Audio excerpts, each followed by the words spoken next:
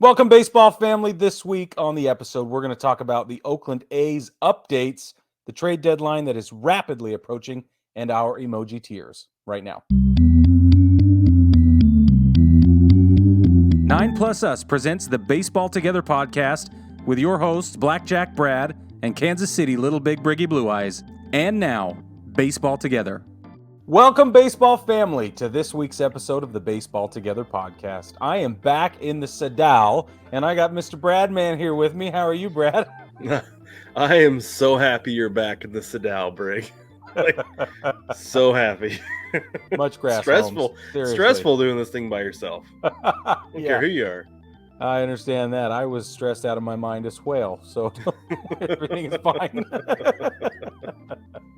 I'll make it up to you. Don't worry about it. Baseball family, thanks for hanging in there with us while we had to shake things up just a little bit, but don't worry, everything is just fine and dandy. I had to just run away chasing my dreams there for a minute. So here we go. At Shul. I was at Shul. Yeah. Yes. The Oakland A's fans have planned a reverse boycott. And that's pretty interesting because the only reason they're going to go to baseball games is as a form of activism, which I feel like is a little bit par for the course, maybe a little too on point for the Bay Area. I'm just saying. But no hate, none. Let's stick it to the man. It's like, go to a baseball game. Where was this for the last, I don't know how long, leading up to the debacle that has become the A's organization and the way they're being handled and the way they're treating their fans, which is the problem.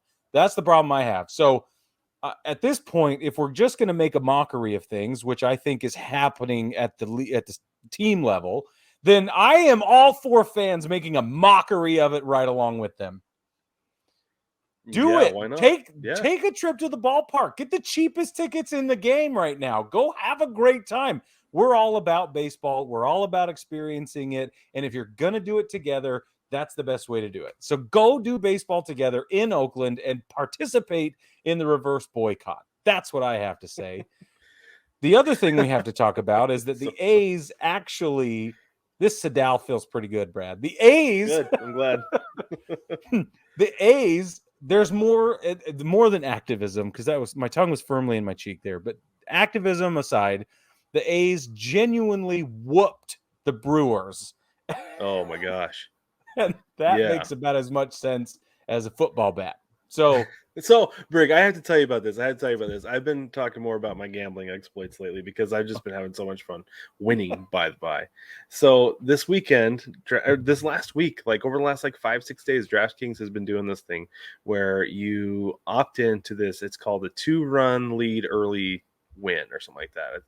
Anyway, the way that it works is you put money on the money line, and if the team goes up 2 runs, you win, and then whatever happens the rest of the game doesn't matter. And so I looked at who was getting the biggest odds, right? Or the longest odds. And of course it was the A's. The A's were plus 170 to beat the Brewers on Sunday when I opted in on this thing. And I was like, okay, the A's have played really well against the Brewers this weekend. Got Peralta on the mound for the Brewers. Like, A's could go up 2. I don't care what happens after that. Went up 2 in the third inning. I won my bet. But then they went on and continued to score runs and won by 5. It's like, I don't want anyway.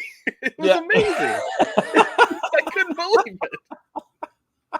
It's like, sheesh, I could have used that on somebody else. I could have used that on the Braves and won in the first inning, but I wouldn't have gotten anything for it. But still, right. No, it was amazing. Fabulous. I couldn't believe it because I was just tracking that game to see what was going on. I was like, no way. They actually swept the Brewers. It's outstanding. Good for them. Good for them. Also, poo-poo on the Brewers. What happened there?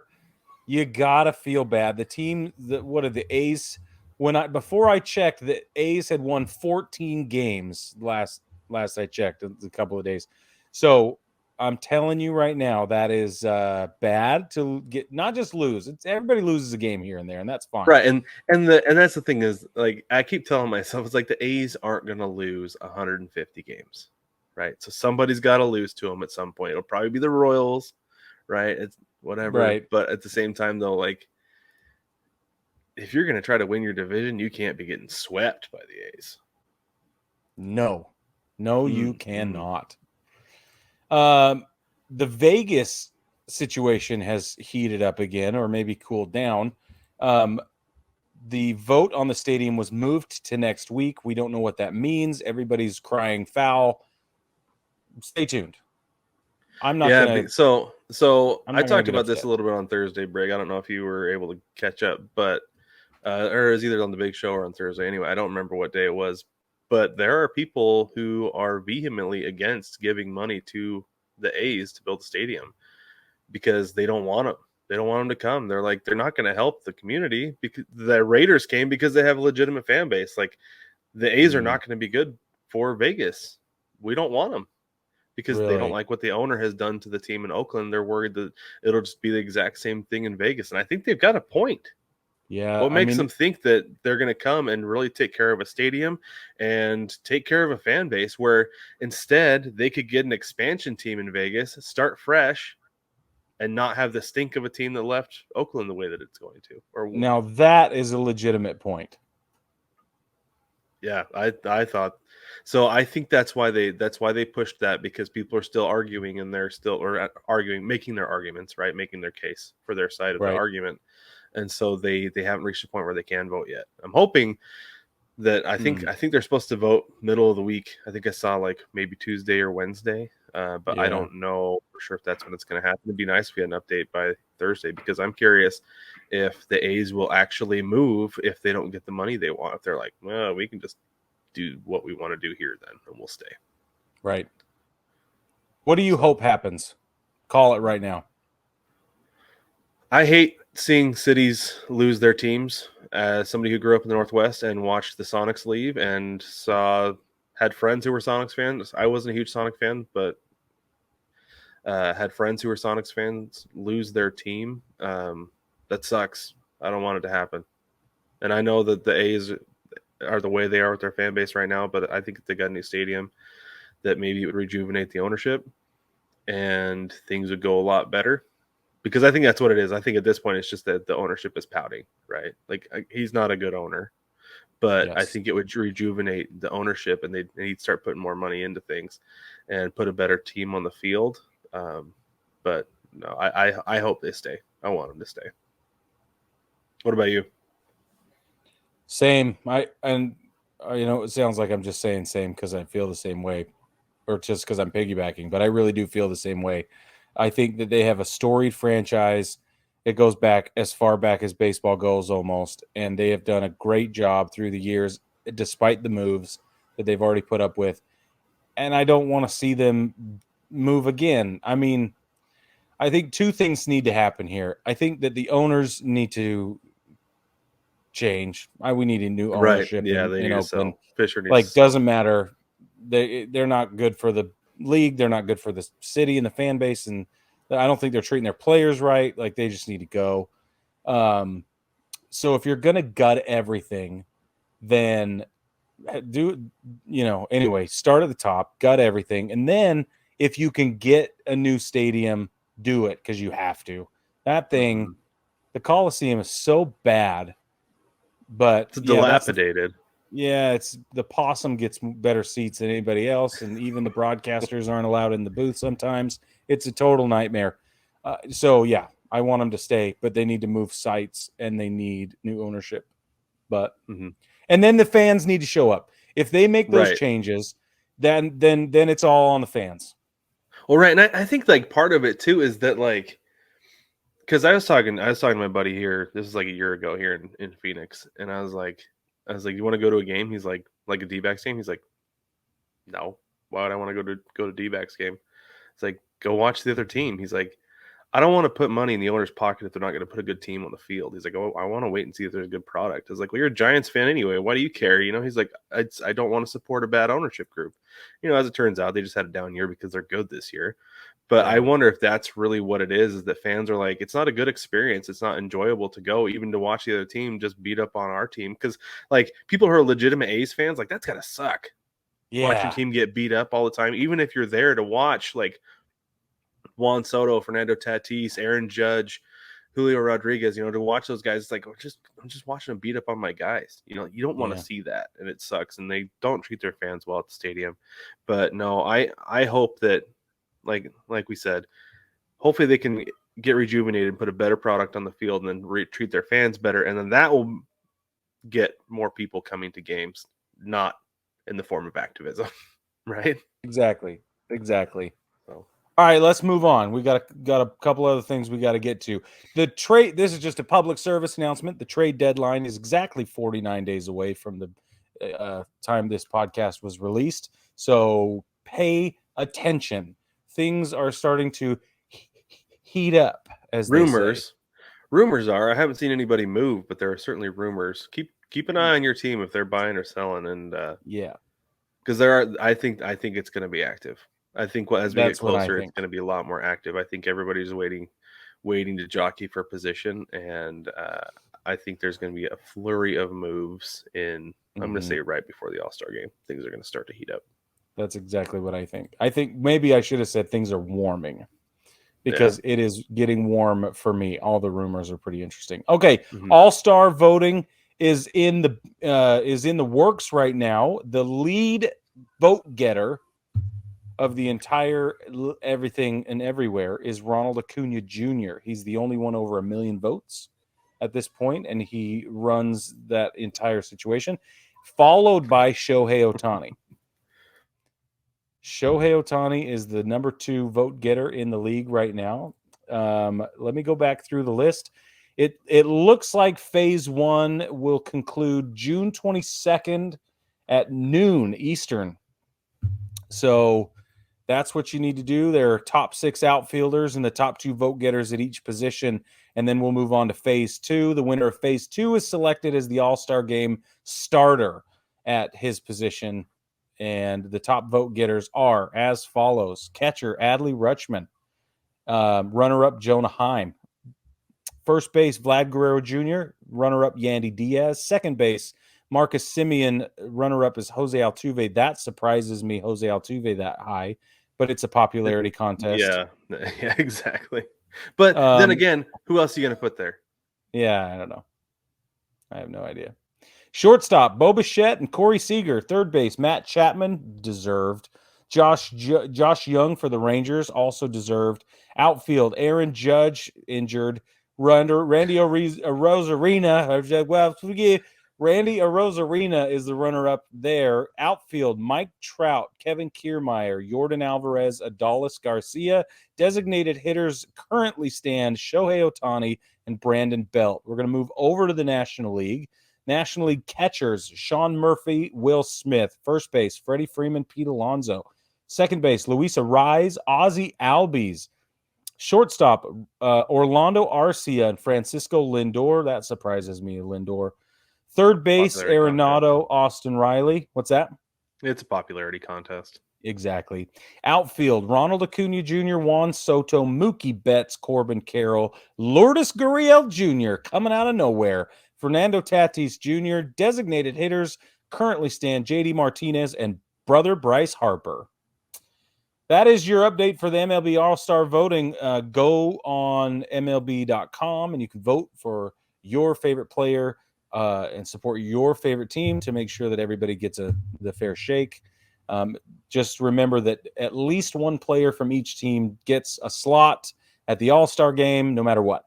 It's just a matter of how many based on voting and alternates and stuff like that. So exactly. All right.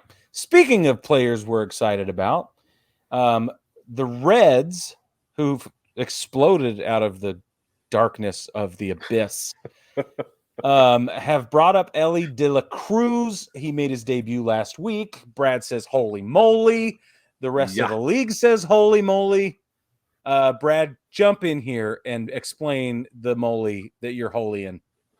Okay, so this is absolutely holy and holy moly. So this guy is outstanding. Like, believe the hype on Elly De La Cruz. In his second game, he hit a home run that was... So first off, it was hit so far. It went to the back row. The fans, they're not nosebleeds because they're lower level. But it went to the back row of the Great American Ballpark where the Reds play. And it went so high as well, Because usually, like they say on Major League, it's too high, right? No, It was high, it was far, it was indeed gone, but it went so high, it got picked up on radar by the local airport. That's how high that ball went. I'm not making that hyperbole, or are you being serious? It is not hyperbole, Brig. You're kidding me. It is a parabolic arch, not hyperbolic. How about that? That's legitimate. Parabolic, not hyperbolic. Well played, sir. Yeah. Very wonderful linguistics. We'll get to the Reds a little bit more on the emoji tiers. But I'm very excited about this team all of a sudden. Yeah. Probably because I know who half these guys are because they came from the Mariners organization, right? Right.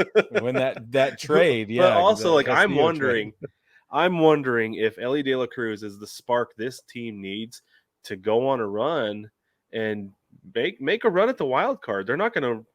I don't know. They might make a run at the division. They've got the Brewers and the Pirates ahead of them, right? And the Pirates, only 4 games back. I like. Mm-hmm. I like the Pirates, but they can lose 6 in a row just as fast as they can win 6 in a row, right? So 100%.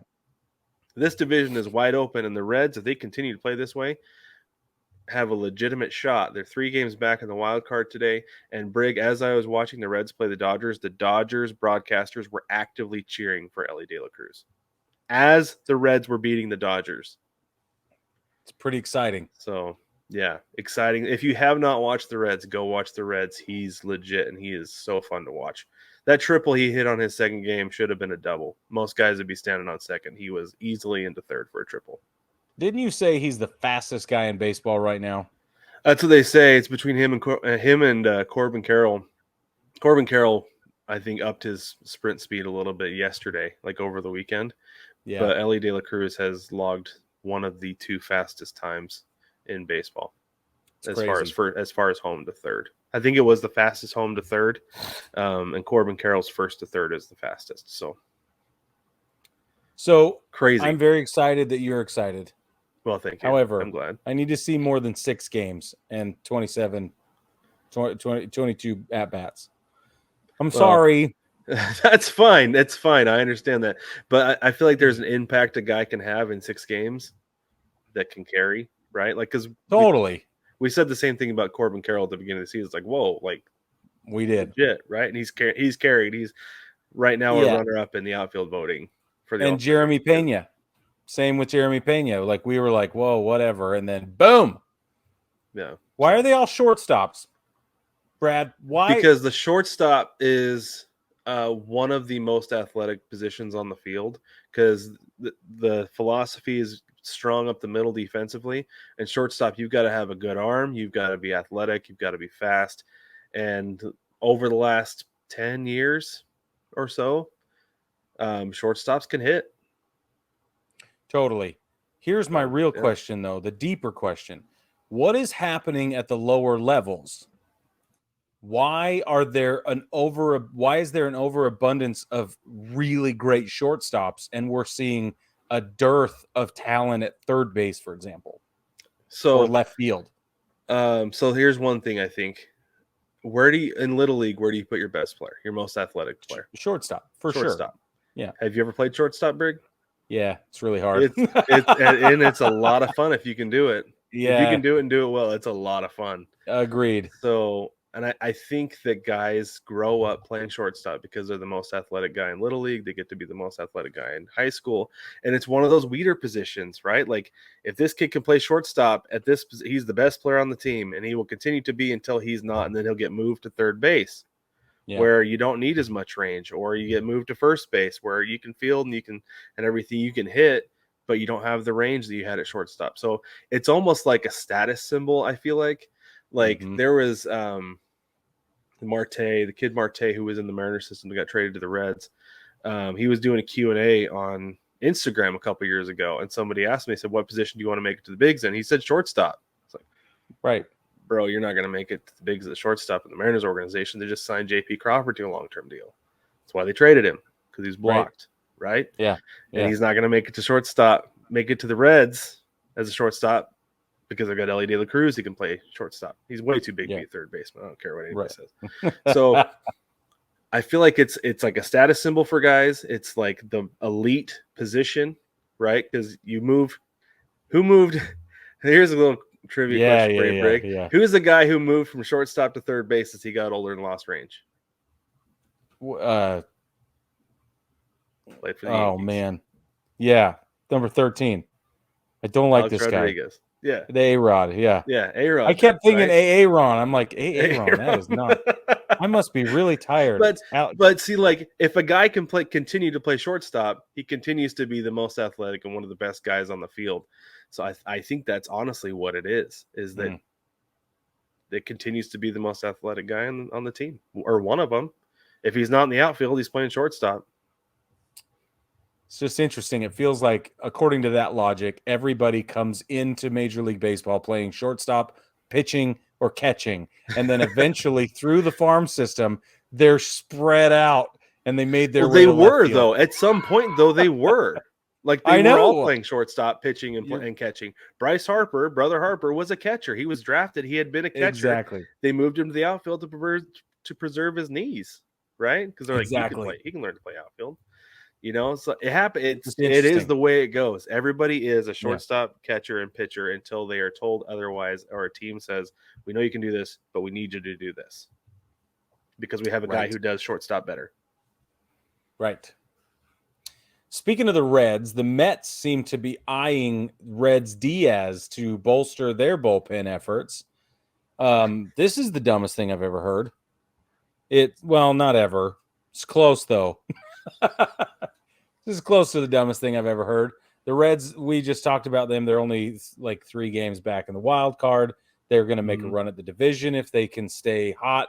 If it has something to do with Elly De La Cruz, that's great. Or it's those Rocket Fire City Connect jerseys I love so much. I don't know which sparked them, but they're not going to trade that guy. Anyway, let's move on to notable injuries. Well, hold on. I do have something I want to say about that real quick. I feel like that's like just because the reason I do think this is absurd, and the reason I think it's absurd is because to me it's like baseball elitism. It's like it's like a top tier team like the Mets who have a whole bunch of money, just being like, I don't care who you are, I'm going to come get your player from you. Right. And you're right. And like the Mets are terrible. They've got a ton of other stuff they've got to sort out. Whereas the Reds, like I said, can make a run. Like, why on earth would they get rid of their best closer? They're not going to do it. Like, there's no reason for them to make that deal at all. No, unless the Mets are like, we'll give you like Pete Alonso and Francisco Lindor. You know, like the Reds are holding all the cards in that deal, and they're not going to do it. It's so dumb that the Mets are just like, yeah, we want this guy. What if they were to offer All-Star Jeff McNeil? The fake All-Star Jeff McNeil.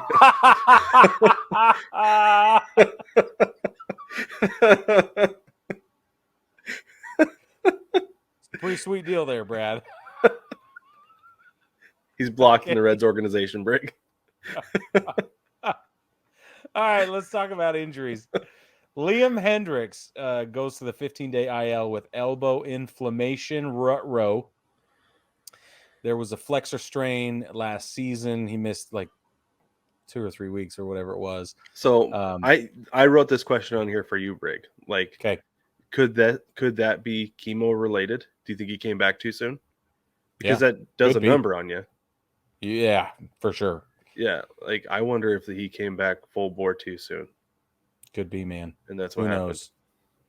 Who knows? But give him a few. You know, who cares, man? Right. Take as long as he needs. I mean, yeah, dude. Like, not the fact that he was able to come back and pitch is at all a huge deal. Like literally at all. Yes. Not just within a mere weeks of finishing his final chemo treatment. And the White Sox, okay, they are about 4.5 games back or whatever. But Cleveland's baseball team is not just going to roll over, and neither is Minnesota. So I don't know what you do. I don't know what you're going to do if you're the White Sox organization, because you need the guy if you're going to make a run, but you need him not right now. So give him time right now, figure all this out, and then when you want to make that little push, probably after the All-Star break is the time that you want to make sure Liam Hendriks is totally on. Yeah, well, and honestly, I think the White Sox are going to be selling at the deadline. Yeah. Like, if there's anybody who wants to take Liam Hendricks and the price is right, they'll let go of him. Okay. So, anyway. Which would buy him some more time unless it's a contender. And I don't know. We'll see. Yeah. It's going to be interesting to see what happens with him the rest of the year. Pete Alonso's out for 3 to 4 weeks with left wrist injury. So there will be no polar bear bombs for the next little while. Jordan Alvarez is on the 10-day IL with oblique discomfort. Oblique discomfort. I love when it's that vague and also that precise at the same time. He's like, ow. I'll think about that though. Like, I understand. A guy who swings a bat that hard and is that big, Yeah. like, as an organization, if he swings a bat and goes, ow, you're like, put the bat down. Okay. The guy with the clipboard, he's like, need to not have you picking that bat up for a little bit. Yeah, you're right. Noah Syndergaard, that's how many A's are in his name. He goes to the IL with a blister. And there's no timetable for return. So put that in your pipe and smoke it. Yeah, no, it's not the blister. Honestly, it's not. He needs to get right. He's having major issues this year, and Dave Roberts even said he's got stuff issues. He's got mental issues right now because he is so down on how his stuff is, and we may not see him pitch for the Dodgers again. I wouldn't be surprised if they DFA him. That's what I'm thinking. He has a negative 0.8 WAR, 0.8 in the tank. His ERA currently on the season is 7.16 over 12 games. That's bad. Yeah. In case you're wondering, for all you actuaries out there, 7.16 is horrible. All right. He's going to get cut from the Angels or the Dodgers. That's really cool. He'll go to the Angels, and they'll. Well, he was with the Angels last year. I don't think they'll bring him back. You don't think they'll bring him back? I'm like, just going to ping pong him around is what I was thinking. He just wants to stay in Southern California as long as possible. Exactly. With that hair, that's exactly what I was thinking. Thank you for picking that up. All right. I got to talk about my favorite thing to talk about right now. You ready? I'm so excited. Yeah. I've been waiting. I'm glad you waited for me. It's been like 3 weeks since Brig brought this up to me, baseball family, just so you guys know. I want to know who's in charge of Baseball Zen and why did they mess it up? Because it is no longer the casual sort of invitation to breathe and center yourself and relax. And as a guy who appreciates that, I don't appreciate the changes. The volume is too loud. The clock is too fast. The background noise and all that is too piercing, too sharp. Ugh. Yeah, they did change it up because last year it was just like ambient noise, right? Like it was like the rain on the tarp. There was the one that did sound like fingernails on the chalkboard to me. It was the chalk roller thing. It was the squeaky wheel. Yeah, I hated that so much. Like I would take didn't bother me over that, but yeah, but no, like it was just the ambient noise of baseball then. But now it's like they have like the cheer of the crowd, which I enjoy, but not when I'm trying to relax because it sends me in the other direction. It is not Zen. That is pump me up. Same. And then they've got really the ones depending on the clip. They've got the ones where the cleats are hitting the dirt and it's this crunching noise with lots of like bass, and it's like it's not Baseball Zen anymore. Now it's an ASMR commercial with super hyper focused baseball shots. Yeah, that's exactly what it is. It's more ASMR than Zen. Yeah, it's terrible. It's awful. I will say though, I love the sound of spikes against dirt though. So do I, but not when I'm trying to breathe. Yeah, not in that situation. I'm like, look, just manage my expectations. You made a promise. I want you to deliver. If you're not going to deliver, then call it something else. Ugh. I'm still upset. What if they made it more lo-fi? Would that change? I don't know. I'd like to see that. I'm not against it. I'm not against the idea. Yeah. Be interesting. I don't know. Yeah, I don't know either. Brad, why don't you hit us with some fantasy updates? Yeah, fantasy. Okay. Week 10 matchups. I'm going to end with ours, Brig, because you and I were head-to-head last week, and I took advantage of you being at Shul. Okay, let's start at the bottom of the list then. So we've got Harrisburg Charlies. That's John against Jason. Not another fantasy team. Jason is a co-host of the Philly Baseball Together podcast. Jason won this one 436 to 309.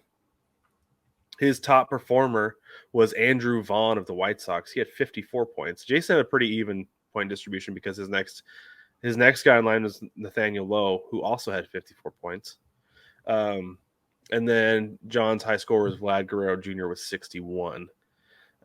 Jason improved to 7-3. John is 1-9. And then we also have Burns Turner Overdrive. That's Tori, another host of the Philly Baseball Together podcast, against Denise Grace Under Fire. She is the host of the North Chicago Baseball Together podcast. She won that one 575 to 444. Her top performer once again, Brig, for I think the third or fourth week in a row, Mr. Frederick Freeman with 94 points. Yeah. And Tori's top performer is actually Christian Walker with 66 points. Oh, that's not bad. Denise is 6-4. Tori is 3-7. Yeah. Then we have Mike, our listener participant. Devastation Incorporated was it. He went up against. I forgot what I say. He went up against Jewel, Big League Chupacabra. Jewel is my co-host on the Seattle Baseball Together podcast.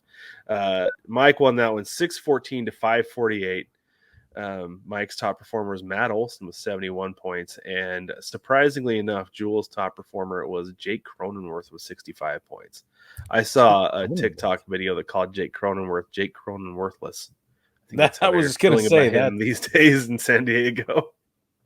Can't believe he was the top performer. That's a weird day. That's a weird week for Jewel. That doesn't make any sense. It really is. Yeah, because he's 8-2. That was only his second loss. He's 8-2. Yeah, Mike is 7-3. And then last but not least, our matchup, Brig. You and John, I think, were the only ones I would have beat this week. Yep. Dang. Yep. Yeah. So I'm Julio Think You Are.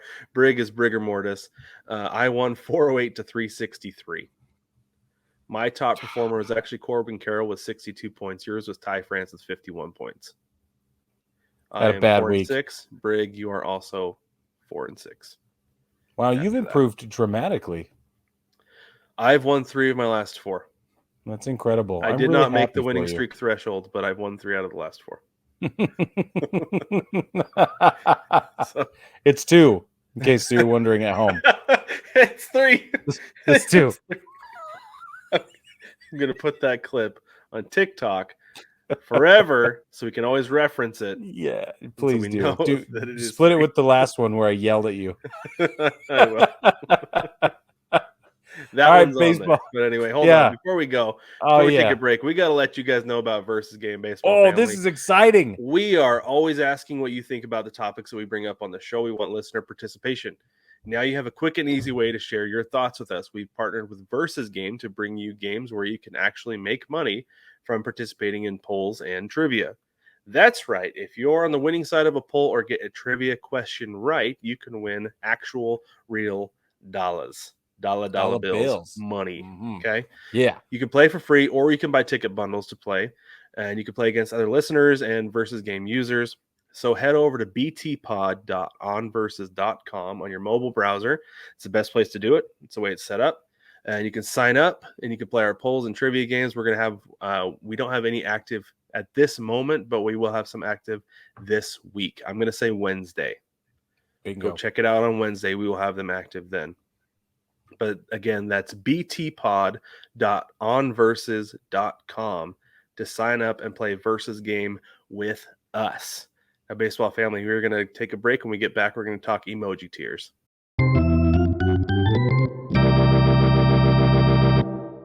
Welcome back, baseball family. Like we said, we're going to get into our emoji tiers. This is one of my favorite things that we do. I love doing these, probably because it's like the lazy man version of power rankings. Yeah. Because it's hard going 1 through 30, but grouping them into 5, it's not easy, but it sure is easier than doing 1 through 30. So it's easier. Yeah. All right, here we go. So let's get these emoji tiers up here. I have mine first on the PowerPoint here this time, Brig. So I'm going to start it off. Okay, do it. With my diamond tier, I have the Rays Rangers, and Braves. As much as it pains me to put the Rangers in there, they are so good. So good. Why does it pain you? Because they're an AL West team. I don't want them. I don't want the AL West Oh, I forget that team to you're be a the whiner. Yeah. and it's not so much that I don't want an AL West team that's not the Mariners to be in the diamond tier. It's that I don't like the Rangers because they're an AL West team. That's really what it comes Right. down to. Yeah. So, anyway, I would move to the next one, but Brig, go ahead with your diamond tier. So my diamond tier, I'm not upset about. It's pretty straightforward. It's the Rays, the Braves, and the Rangers.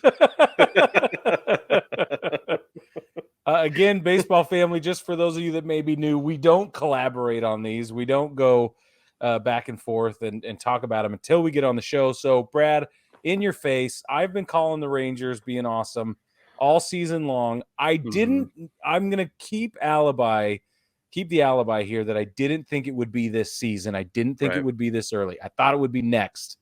And even with Jacob deGrom out, I'm still not worried about them being awesome. I think Jonah Heim is a big part of it.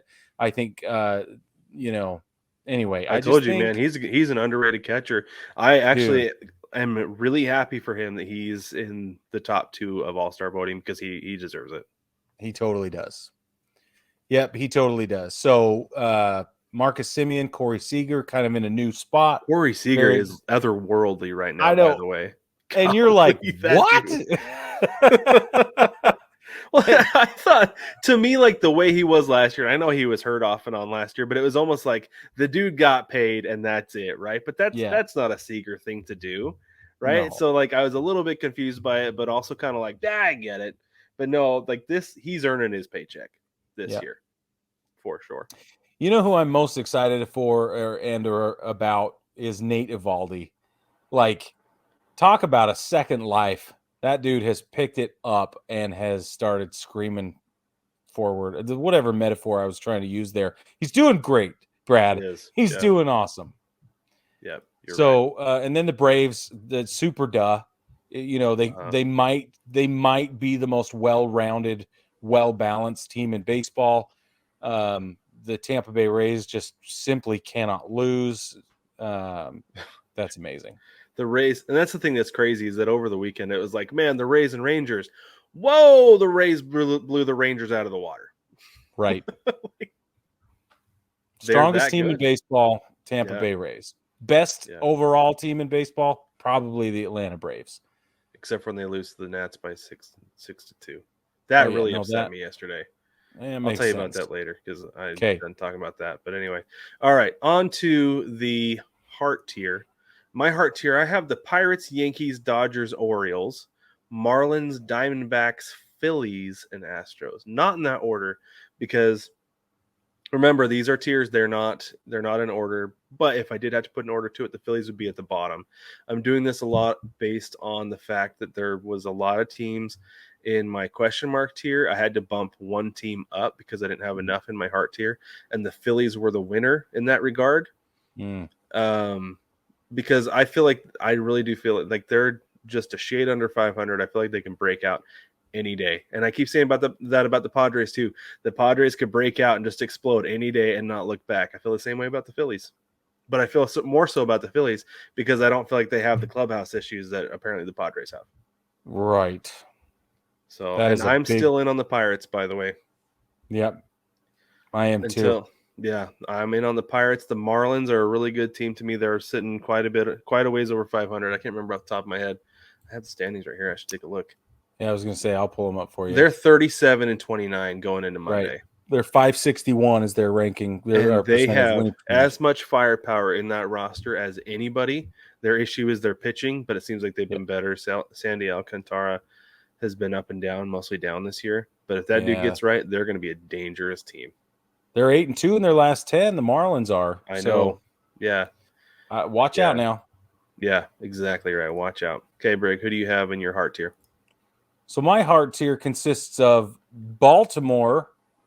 So I've got the Orioles, Pirates, D-backs, Astros, Marlins, Blue Jays, Dodgers, Yankees. The only reason the Dodgers are in this category is because you have to put them there. Their record is 37-29. However, I am not confident in the Dodgers at this point at all. They're 3-7 in their last 10.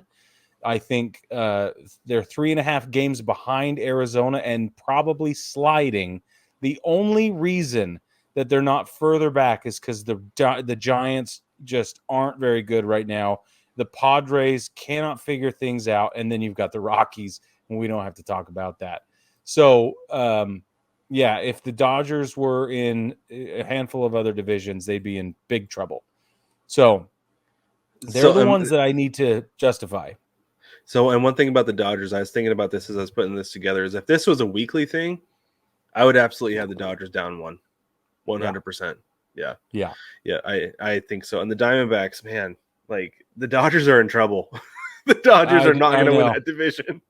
I don't think that. I mean, if things keep going the way they're going, it would be really hard for them to win the division. The Diamondbacks look like world beaters right now. They do. They're 40-25 overall, and I don't understand. Corbin Carroll probably going to win NL Rookie of the Year at this point. He's what has he got, a 3.0 F WAR, 3.1 or something like that. It's awesome. They've got Ketel Marte has figured it out, dude. He's back. He's back. That's the coolest thing ever. I'm so excited. I'm so excited for him too, because I've been waiting for it since I've been here for him to be back, and I am pumped that he is. Yep. The last time was a couple years ago when they were when he was the only D-back in the All-Star game, and we were all just loving him. And then he came from Seattle, and I was like, man, this dude's awesome. Yeah. Anyway, so and then you have to talk about Zach Gallen. That dude, he got roughed up against the Tigers yesterday. I got to watch that game yesterday because it was on Peacock. Yeah, he got roughed up some. But the thing is that offense is so good. Like I joked about this on Facebook. I told Mel, she's like, "Oh man, they're going to lose." I was like, "No. It's 5-2. They're playing the Tigers. They're never out of this thing." Yeah, and sure enough, they came back and they stormed back and won. Here's the other thing. Zach Gallen's ERA, he got roughed up against the Tigers. His ERA is still 3.00. So I'm like, you get roughed up, you raise your ERA to 3? Well, and for him, roughed up is relative because he only I think he gave up 4 or 5 runs is all. Yeah, I'm hot on the D-backs right now. I'm still all in on the Pirates. I'm loving them. The Blue Jays are bangers when they are on. When they're off, it's awful. Terrible. But you have to talk about them. You have to include Houston, 37-29. But they slid a little bit this month for me as well. And then the Yankees, it was really hard for me to include the Yankees in this tier, even though I'm a big old fatty fat superior Yankees fan. And I feel all the kind of smug all the time. But they are in trouble a little bit right now. They've got kind of anyway, I'm not going to get into it because I'll just get angry. The point is, I'm worried. Let's move on. You're worried. Okay. All right. So let's go to my question mark. Okay. You talked about the Blue Jays. I have them here with Cleveland's baseball team, the Giants, Red Sox, Reds, Brewers, Twins, Angels. So I had the Blue Jays here just because, like you said, that like I don't feel like you know who this team is day to day. You don't know what kind of stuff their manager is going to do from day to day. They have all kinds of issues on that team with Bass and Manoah. Like, granted, those are completely different issues in and of themselves with both of those guys, but like you were relying on Alek Manoah returning to form, who was a Cy Young finalist last year, and now he's down in the Florida Complex League. Yeah, that's a problem. Yeah, that is a big time problem. But then you still got Bo Bichette raking, Vlad Guerrero raking, right? So, and Matt Chapman being Matt Chapman. Matt Chapman's awesome. So, like, yeah, you've got issues on that team. You've got bright spots. So, I don't know who they are day to day. That's my big question mark there. I put the Reds here just because I do need them to work up. I'm really high on the Reds right now, like I talked about earlier. I didn't feel like I could put them in the heart tier quite yet, just because they've got to prove a little bit more sustainability than what they've had over the last 2 weeks. But I think that they're a dangerous team. Even if they don't make the playoffs, they're going to ruin a lot of teams' days along the way. Like, it could be. Yeah. I think they've got a lot of talent on that team, and if they can get that, and sometimes like it's just the cohesion, right?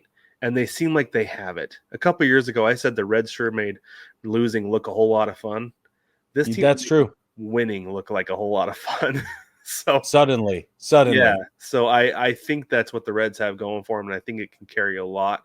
I don't think that they can compete with like the Diamondbacks, Dodgers, Braves, but No. they're a mid to upper echelon team right now, I feel like. But I need them to show, like I said, a little bit more consistency before I move them up out of the question mark. The Brewers, I don't know what I'm getting from them. You can't get swept by the A's and be any higher than question mark, in my opinion. And then the AL Central is a big fat question mark. You've got the leaders with the Twins right now, who are a 500 team, and then you've got Cleveland just behind them by a game and a half. Don't know who they are day to day. So I don't know. That's a big problem for me. And same thing with the Red Sox. You don't know which team's showing up to the ballpark from day to day. And my big one right here, I got to talk about the Angels for a minute. I feel like the Angels have the worst manager in Major League Baseball right now, with Phil Nevin. And Shohei Ohtani, I saw an article that said that he is feeling fatigued, and it's got to be his back because he is carrying that team. Yeah. Legitimately. Yeah. He and Mike Trout are carrying that team. That is the only reason they are 36-31. The manager is doing his very best to prevent that, but they're doing it anyway. Like I put him here just because, like, I don't bet on the Angels because I don't know what they're going to do any day, right? Like this. If you want to know, like, hey Brad, which teams don't you bet on? Take the Reds out because I have been the rest of this group because I don't know who they're going to be day to day. That's exactly right. So that's exactly anyway, right. That's my question mark tier. Mine's very similar.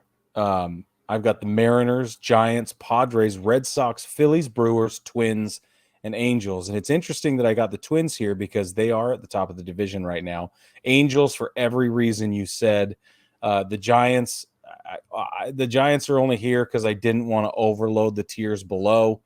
The Brewers really upset me by getting swept by the A's. I mean, I'm not personally offended, but they upset my power ranking options. And so I was like, well, fine. And I stuck them here out of spite, but this is where they have to be. The Friars are lucky to be in this spot, honestly. Like San Diego, it's amazing that they're even this, that I'm even this confident in their capabilities. This is purely a product in my decision-making matrix of their vast talent. And like you said, the ability that they have at any moment to come out banging. And that could be a bad day for a lot of people. It just hasn't happened yet. So I still hold out hope. The dang Red Sox, I think they're right at 500. And if they were in any other division, they wouldn't be having so many problems. They're just victims of the AL East. And we're going to talk about that a little bit more in a minute. But that's my question mark tier. I've got the Phillies in there. I feel like I need to clarify the Phillies thing a little bit because you're excited about them. I'm a little low on them right now because they're 7-3 in their last 10. Yeah, I'm a sad, angry little man, basically, is the reason the Phillies are down here. Spite. I just need more from them, man. I can't. We've been needing more from them for the last 5 years, Brig. That's even why the fact they I'm made upset. it to the World Series last year, we still needed more from them because they're a good team. I think that's exactly why I'm upset. They're 8 games behind the Braves. I'm not sure they're going to do anything to catch them, even though there's a lot of baseball left. They're not even above 500 right now. I'm really just disappointed. They have every reason to be swinging for the fences and making a run at this again, and they're not, and it's bugging me. So they're going to be a wild card team. I'm saying that right now. They're a game and a half back in the wild card right now. They're going to make the wild card. They will. All right. But again, question mark. You don't know. So you don't know.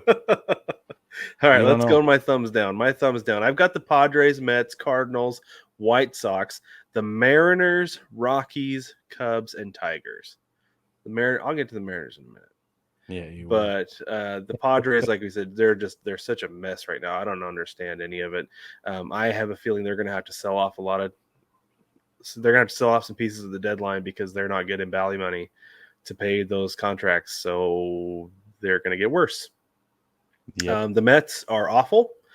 Big fat mess. Despite being the top payroll in baseball, turns out you cannot buy a championship anymore in Major League Baseball.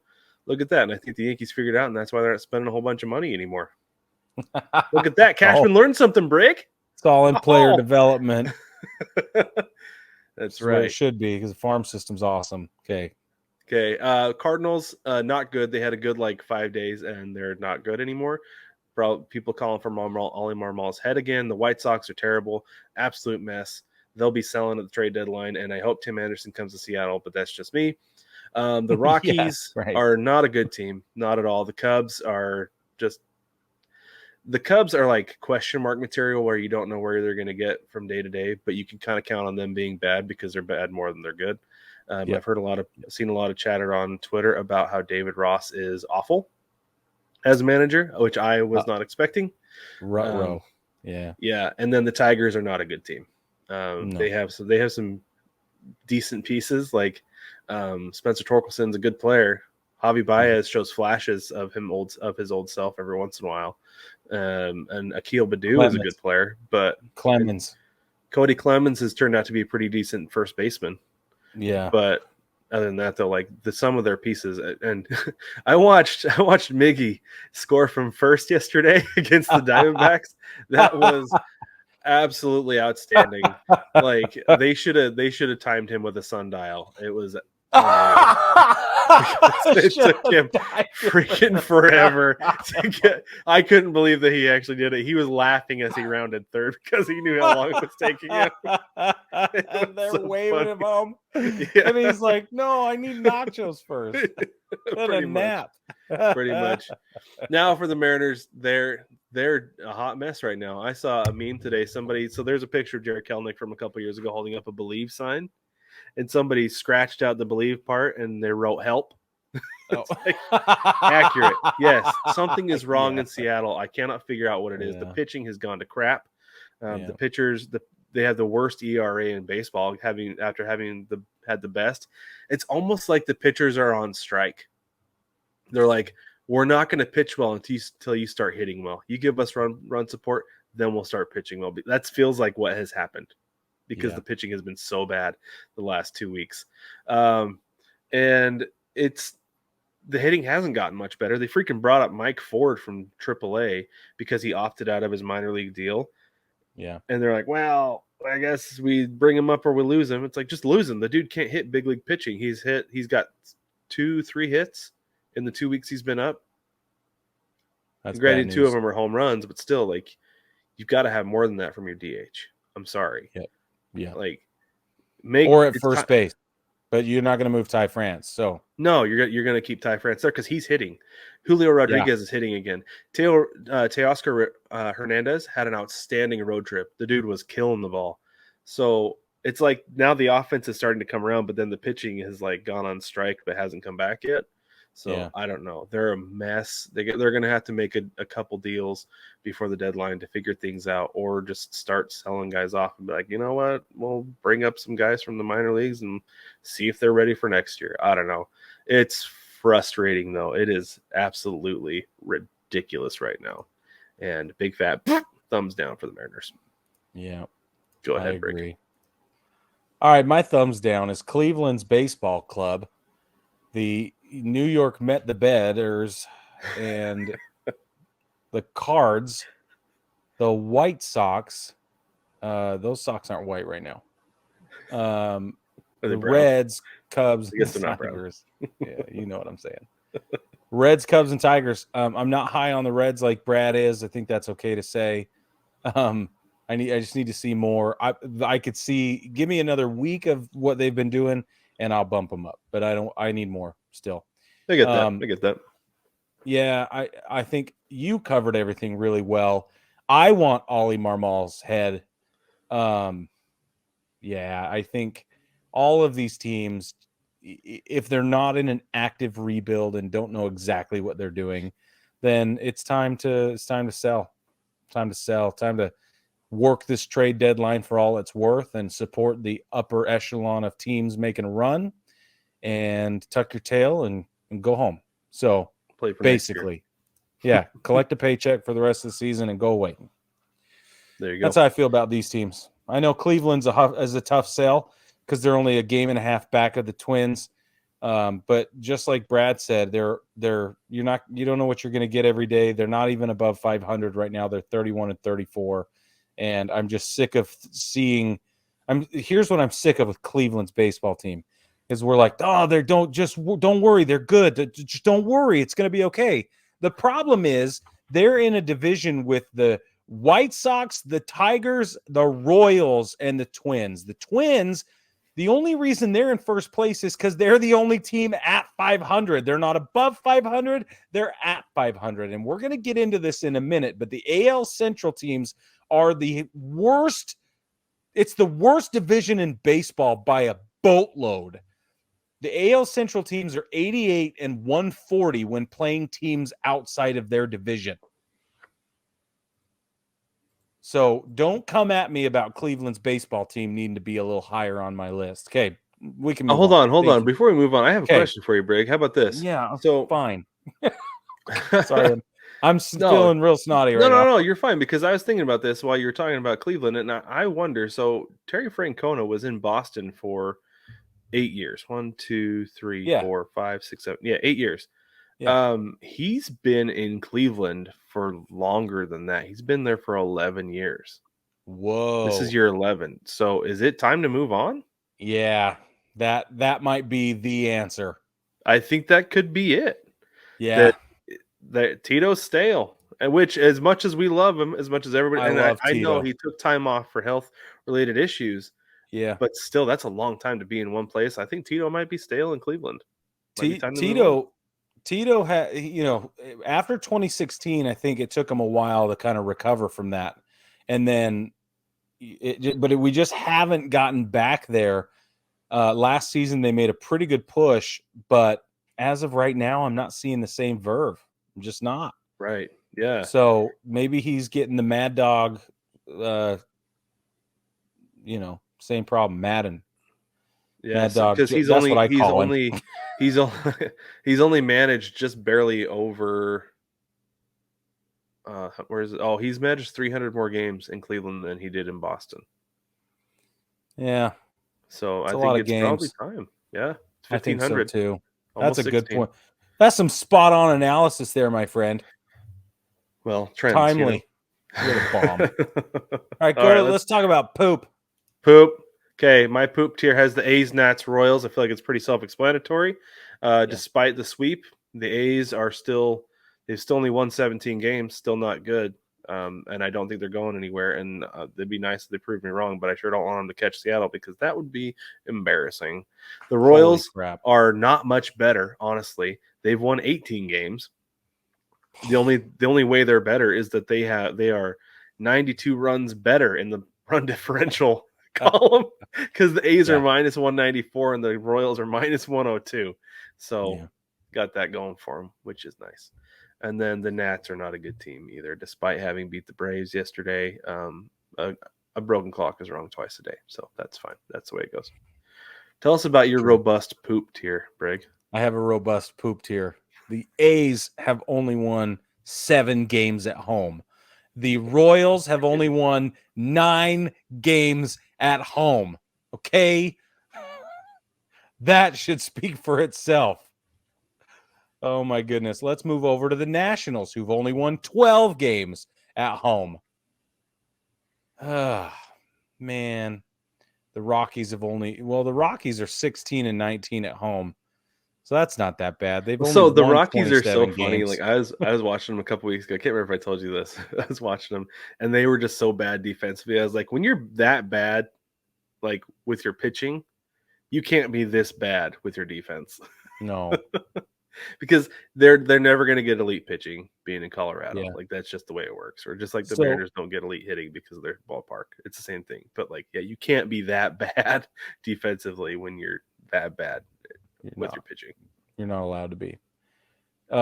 So in my last tier, I said that those teams need to start thinking about moving some pieces. This tier they don't have pieces to move. The Royals do. The Royals do. They have Salvi Perez, but their GM is like, no, we're not moving him. Well, hey, Why? he's getting old anyway. Why not? I don't care. Yeah, Somebody would I bring him know. on as a DH. Oh, He's for still a sure. good DH. For sure. I'd I take him in totally Seattle as a agree. DH. I'd take anybody who can swing a bat and make contact Yeah, as a at DH in this Seattle point, these yeah, days. exactly. Because you don't have it. It's not Mike Ford. Not Mike Ford, not AJ Pollock. I'm sorry. No. All right, that's my emoji tier stuff. Brad and I, we have a working theory about what's happening in the league right now. And ultimately, it comes down to the balanced schedule. We think that, at least I'm not going to put words in your mouth, Brad. I think that the reason some teams are so bad and so many teams are so good, but they're log jammed all in the same divisions because of this new balanced schedule crap. And right. I thought I was going to like it, but same. I was just going to say that. Like, I wanted to like it. I loved it at first. Here we are in June, and I'm not happy at all. It's a failed experiment. So looking at the standings now, like how like you said, there's teams that are log jammed in certain divisions. You kind of have to have them beat up on each other to even things out a little bit. You do. Because you see this in the NBA as well. You've seen it for years, where the Eastern Conference, where it was like, okay, they play a heavier schedule in the Eastern Conference, which you have here. You have a heavier schedule in the American League if you're an AL team, and then you have even more so than that, you have a heavier schedule within your division. That's normal. That's how things go. That's how divisions work, right? And you saw the same thing in the NBA. It's like you'd see teams in the Eastern Conference like, man, the East is really top heavy, but then they go play the West. It's like, oh, gee, they're getting crushed. Yeah. And that's the way you're seeing things right now. Like the AL East is loaded, but it's because they're going and beating up on the AL Central a ton, and a bunch of National League teams and all this. Yeah, it's crazy. It's absolutely bananas. But is this the reason we get to be high on the Orioles, or are the Orioles really that good? I think they're that good, but it is something to note. Same with the D-backs. If the Dodgers weren't getting hammered by some of these other teams that they are seeing more often than they usually do, would that be a factor in the D-back success? So I think the D-backs are legit. They have a good team. Because this is the thing with the D-backs is that they have a lot of talent on that team. It's just that last year they dealt with injuries and underperformance, right? Yeah. This year everybody's healthy and everybody is playing at peak level, right? They got Lourdes Gurriel, who was a really good player in Toronto. Yeah. he's crushing it. Somehow. It. Yeah. It's amazing. But I think this is who the Dodgers are. I think this is who they've been. It's that they were able to benefit from beating up on the D-backs when they were bad. Yeah. And the Rockies, right? And the Giants when they weren't good. That's what I mean.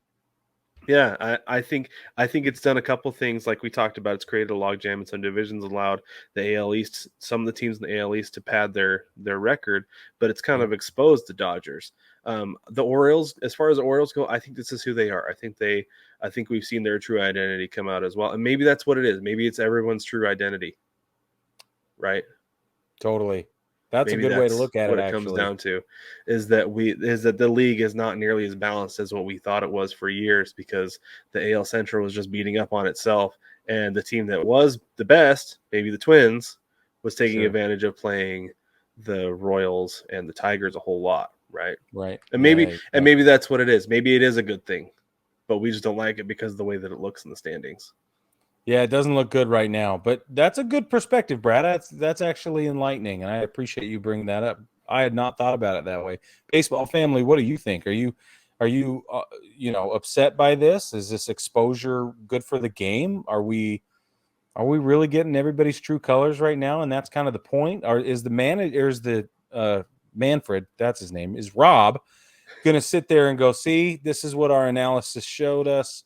We exposed it. Now, because it's been so awful, we get an opportunity to make some big adjustments, which is what they're hoping to do anyway, with like a completely non-segregated. What do you call that, Brad? My brain's not working. Where there's no leagues. No what leagues. is that? 0 leagues. No alignment. I don't know. I don't think they'll ever get rid of leagues, right? If anything, they'll realign it and maybe make it East and West, but I don't think they'll ever get rid of. I think that it'll always be at least broken into 2. It has to be, I think. But and then I think divisions make sense too, just for the schedule and travel. But even though I've heard people say that divisions don't make any sense now that everybody flies private. Yeah, that it doesn't matter, but I think it matters. 6 teams that made the playoff last year are under 500. Phillies, Mariners, Cleveland's baseball team, Padres, Mets, Cardinals. Does that support or take away from the true colors argument? It could. Because the Mariners are barely under 500 right now, but they've taken advantage of beating the A's a lot. For sure. Yeah.